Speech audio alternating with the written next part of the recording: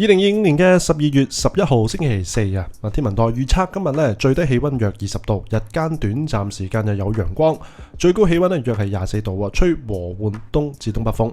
咁展望啦，隨後嘅2-3日咧風勢頗大啊，星期六咧稍後轉吹北風，有1-2陣嘅雨噶，咁氣溫咧顯著係下降。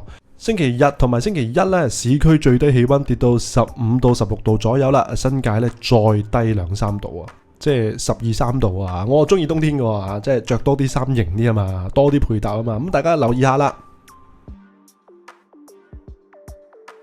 早晨，哇！嚟到今日咧星期四啊嚇，咁啊繼續同大家睇下啲唔同嘅新聞同唔同嘅報導啦。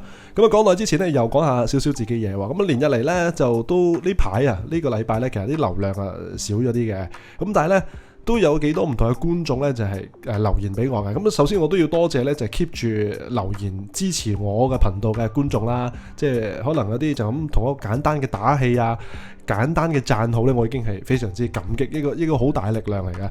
咁亦都咧就想回應下咧，有啲嘅觀眾咧留咗好長篇嘅留言俾我。咁但係今日咧，即係因為我哋報新聞咧，我哋唔好放太多時間喺我身上。我純粹話俾大家聽，我睇到你哋嘅留言啊，你哋全部每一位觀眾嘅留言我都有睇嘅。咁啊，我稍後咧可能我哋喺個百人周記嘅節目裏邊啦嚇，我哋可以讀下即係觀眾嘅來信啦，好耐冇做過呢樣嘢係嘛？即係幾個百人周記變咗係百人季記啊，一季做一次咁滯啊！咁我哋稍後我哋會做一集嘅嚇，咁啊等大家耐心等待啦。總言之，你哋嘅留言呢，我係睇到晒嘅，無論你嘅留言係正面定係負面呢，咁我都非常之感謝。咁當然有啲負面嗰啲呢，譬如偏向啲人身攻擊啊。有啲比較惡啲嘅留言呢，咁我就唔特別感謝你啦，因為對於啲講正面嘅留言嘅觀眾係唔公平啊嘛，係咪搞錯？我留啲咁正面俾你嘅，你又多謝我，佢又鬧你，你又多謝佢，咁唔公平啊嘛，咁啊，即係要照顧翻啲觀眾嘅一啲嘅心情啊。好啦，咁睇睇今日有啲乜嘢新聞要同大家跟進啦嚇。咁啊喺宏福苑啊嚇呢場世紀火災咧，警方拘捕咗一個36歲嘅男人，咁啊涉嫌咧係冒認裏頭嘅災民啊，欺騙咗3個社福機構，總共咧拎咗18000蚊嘅援助金。哇，30幾歲仔啊，啲咁嘅嘢啊，同大家睇睇呢個消息。咁另外咧就奧海城嘅停車場話有架電動車啊 Tesla 咧喺充電嘅期間突然冒煙，哇咁啊消防大為緊張噶，馬上係到場戒備，咁啊好彩咧事件裏邊冇人受傷，咁同大家睇睇呢個消息。咁啊仲有咧就警方咧就係聯同呢個入境處啊喺中環咧反罪惡，拘捕咗10個嘅內地同埋越南嘅女人，涉嫌咧就係違反逗留條件噶。係啊，中上環嗰啲好多噶，我都聽過有啲中上環翻工嗰啲嘅朋友仔咧，呢個陣再分享下啦。點解咁多呢啲嘅女仔咧？因為最簡單嘅道理咧就係中上環區翻工嗰啲人咧都係香港精英嚟啊嘛，最肯使錢嘅咁啊，嗰啲即係周邊嘅一啲可能黃色嘅事業咧都會特別受歡迎。呢個一陣再分享下啦。咁另外咧就香港仔石排灣村嘅單位咧就傳出異味啊，揭發一個嘅中年嘅男人咧喺屋裏邊係離世㗎咁同大家睇睇。咁最後咧就一單咧就慘劇嚟嘅，咁啊其實早幾日啊報過㗎，就係銅鑼灣咧有一宗嘅高空雜物，咁啊結果咧就打中咗一個嘅清潔女工啦，咁啊導致個女工咧到今日咧仍然係喺個深切治療部，情況仍然危殆㗎。咁佢老公咧就亦都接受咗傳媒訪問啊，希望咧就得到各界嘅幫助。咁啊呢個亦都同大家睇一睇啦嚇呢個消息。好啦，早跑嚟啦，咁先睇一睇啦嚇宏福苑嘅呢場世紀火災啦嚇，咁啊大家都係相當之悲痛啦。咁但係有啲人呢，真係好厚顏無恥㗎。咁警方又話就拘捕咗一個咧就係36歲嘅香港男人，涉嫌利用人哋嘅身份證副本去攞到一啲嘅災民證，然後冒認災民咧向社福機構咧騙取合共18000蚊嘅援助金。嗱，警方話咧呢個騙徒咧比較早嘅時候咧已經呃咗2個機構，總共係13000蚊嘅援助金。咁啊，但係佢食過翻尋味，結果咧再去另一個嘅社福機構咧申請呢啲援助金嘅時候咧，當場就斷正啦！警方即刻咧就到場啦亦都起回咧5000蚊嘅援助。警方相信嘅呢個騙徒咧係單獨犯案嘅，就並唔係啲咩集團式嗰啲啦嚇。咁啊，點解佢有啲嘅身份證副本咧？就喺6月嘅時候咧，一宗假冒官員電話裏邊咧就獲得嘅即係佢本身就都係呃開人噶啦，都係嗰啲電騙嗰啲人嚟嘅。咁啊，佢話醒起啦，突然我有張宏福苑嗰啲身份證副本喎，咁啊結果搏一搏啦，就去嗰啲嘅社福機構度申請援助金。好啦，咁啊重點嚟咯噃，警方經過調查之後呢，首先呢個騙徒呢就唔係住喺宏福苑嘅，咁即係唔合乎資格啦。咁佢揸住嗰一份嘅身份證副本呢，又係唔係住喺宏福苑嘅呢？都唔係喎，即係佢自己唔係揸住嗰張諗住冒認嗰個身份，嗰張嘅身份證副本都唔係宏福苑嘅居民喎。係嘛？做呢啲咩騙徒做到你咁懶嘅？你 fact check 下先，大佬 check 清楚你先去申請啊嘛！咁你咁笨嘅個人係嘛？咁啊，但係呢樣嘢都睇到個漏洞喎。佢係喺兩個嘅社福機構已經拎到錢嘅喎。咁即係話咧，係咪你夠膽死拎張身份證行埋去咧，佢就批俾你咧？係咪咁嘅意思咧？係嘛？咁呢個又睇到一個漏洞啊！咁啊，另外咧就有一架嘅電動車啊，就喺Tesla 就喺大角咀嘅奧海城停車場咧就充緊電。咁啊充電下期間咧就突然冒煙喎，話消防員馬上接報到場戒備啊。好彩嗱，事件裏邊咧冇人受傷嘅，亦都唔需要疏散啊。咁啊，現場消息就話咧，就呢個 Tesla 嘅車主咧就喺個應用程式咧就收到事故嘅通知啊，即係個車有問題啦。咁啊傳送咗佢個電話，知道有問題喎。咁啊到場後咧發現架車有輕微嘅冒煙。咁啊，起初就懷疑咧係個製冷系統咧就故障，所以就引致冒煙㗎。於是就都唔好理啦，冒煙都驚啦，係嘛？馬上報警求助。咁啊，消防到場之後咧就馬上係截斷咗個電源先啊，確保咗冇電入去先。咁啊神奇喎，截斷咗電之後咧架車就冇再冒煙啦。咁啊經過即係消防再等多1個鐘頭嘅觀察之後咧，確定都真係冇火啦。咁啊先係收隊離場㗎。咁嗱，我睇目測咧，睇嗰架 Tesla 咧就應該係舊款嚟嘅，最舊款嗰啲 Tesla 嚟嘅，諗差唔多8年到嘅車齡啦嚇，即係第一批嘅電動車嚟嘅。咁啊會唔會係個電池老化咧，定咩原因咧嚇？咁啊呢個等待啦，呢個 Tesla 嘅官方嘅一個即係調查啦嚇。咁啊會唔會可能都有可能㗎？即係可能啲電動車嗰啲司機咧拎咗架車去改啊，整嗰啲乜嘢又唔係翻原廠整啊，咁啊搞到架車可能某啲零件啊〜唔係原廠，可能係危險啦，咁啊變咗冒煙，會唔會咁咧嚇？呢個有待調查啦。不過揸電動車係驚嘅，係嘛？大家睇有啲新聞咧，就好喺內地啊，有啲司機揸唔講咩牌子啦嚇，即係費事針對啦。總之揸電動車發生意外着火，裏頭嘅人咧想開門走啊走唔到，因為嗰啲嘅門鎖咧係電動啊，因為你一着火個電就即係成架車冇電啊嘛，你想開門都開唔到啊，有個咁樣嘅危機嘅，所以咧我到今日咧。我都唔係好敢去揸嗰啲嘅電動車嘅，係好平啊！而家最平我見嗰啲10幾萬都有一部啊，但係真係唔係好敢啊！發生意外真係走唔到啊！咁啊睇下大家點睇喎？另外咧就講到總區機動部隊啊，同埋中區警區嘅特別職務隊人員咧，聯同呢個入境處咧，就喺尋日嘅11點半到啦，喺中環咧展開代號叫冠軍喎。咁得意啲代號名冠軍係嘛？咁啊做啲咩呢？一個跨部門嘅反罪惡行動啊！咁啊突擊咧搜查區內咧多個嘅罪案地點。咁行動裏邊咧，警方一共拘捕咗9個嘅內地女人，同埋1個嘅越南籍女人，年齡咧介乎係31去到57歲啊，涉嫌咧違反逗留條件啊，將佢哋拘捕噶嚇。咁據講咧，9名嘅內地女人咧都係揸雙程證嘅入境噶，咁啊越南女咧就揸行街紙噶。咁啊所有被捕人咧現正係被扣留調查，咁啊將會咧就交俾入境處跟進啊。咁可能咧就會將佢哋遣返翻去佢哋即係自己嘅地方啦。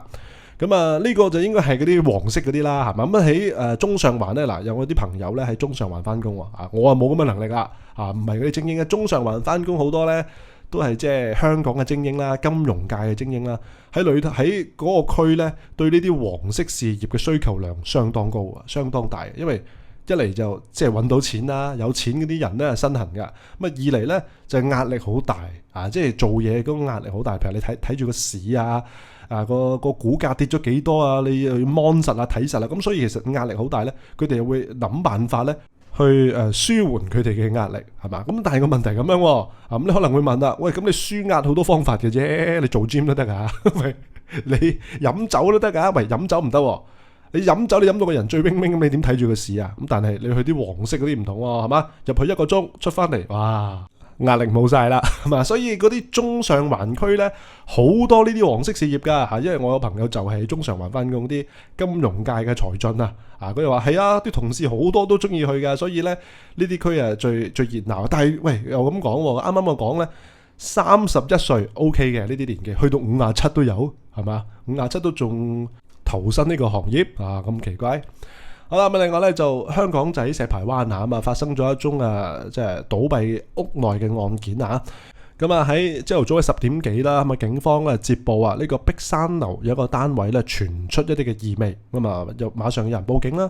咁啊救護員咧到現場嘅時候，發現個男人咧倒臥喺個屋裏邊。咁啊救護員咧就馬上係同佢進行一啲嘅檢查後咧，證實咧呢個人咧係明顯係離世走咗噶啦。咁嗱，個死者咧就53歲嘅，姓郭噶嚇。咁啊據知咧佢就係呢個單位裏邊嘅住戶。咁啊亦都咧就翻查翻啲記錄啦，就有啲身體病患嘅記錄噶。咁啊警方咧就將個案件啊列作係屍體發現案嚟處理噶。咁啊將要咧就係安排一個驗屍就確定佢個死因噶。咁啊呢啲即係獨居嘅人士啦，或者有時可能啲獨居老人咧突然咁樣走咗咧，其實都幾唏噓啊！即係生前係咪冇人照顧呢？係咪冇朋友呢？親人去咗邊呢？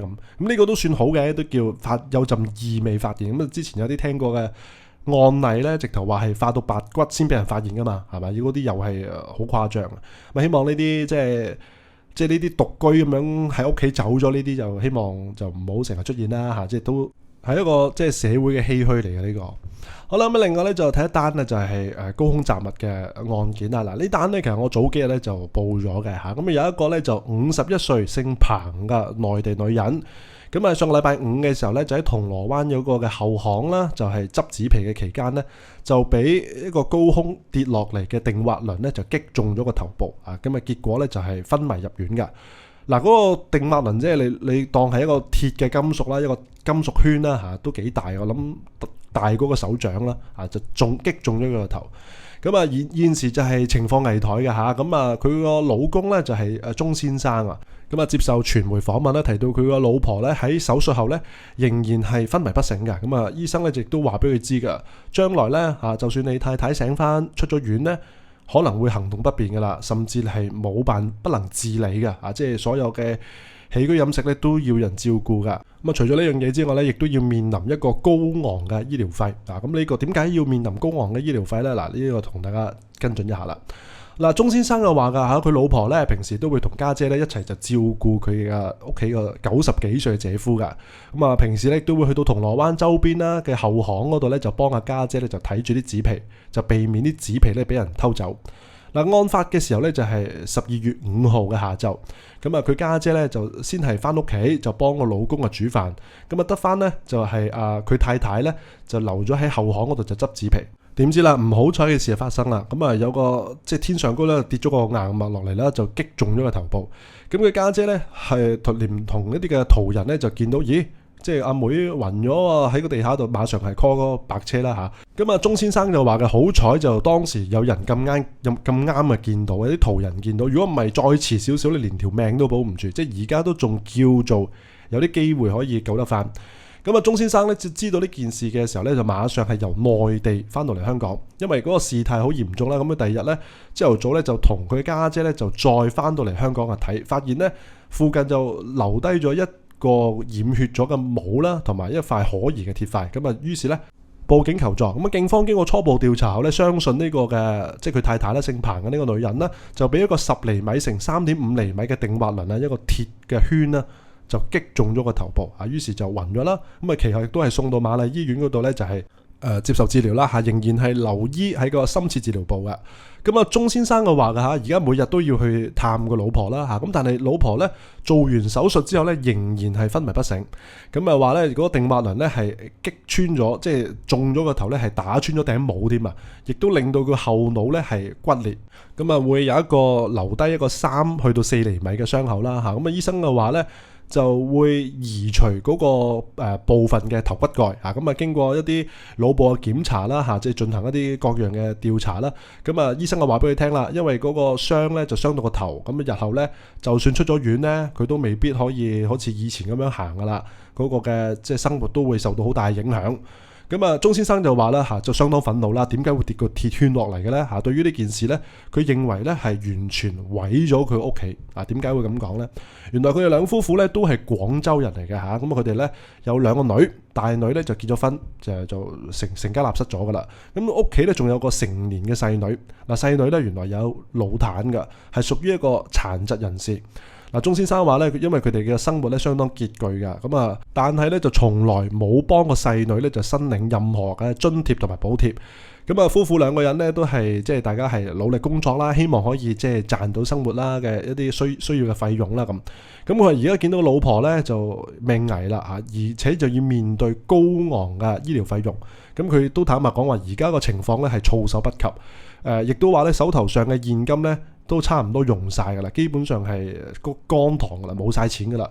咁啊，提到佢老婆，佢亦都係相當之緊張嘅，希望咧可以係繼續治療啦嚇，哪怕去到最後一刻，佢都會盡晒佢全身嘅力量啊，可能變賣屋企嘅家當啊，問啲兄弟借錢啊，希望都可以醫到佢個太太。咁佢話咧就其實佢對香港嘅醫療體制就唔係好了解啊，人生路不熟啊。咁啊但係個老婆咧，即係醒翻嘅時間亦都遙遙無期，令到佢現時咧就係相當之彷徨，咁亦都係向一啲醫療嘅社工嘅求助啦，希望可以申請到一個費用嘅減免，亦都希望咧就睇下香港有冇啲有心人咧可以或者相關嘅部門啦，能夠係伸出援手啊，提供一啲嘅援助。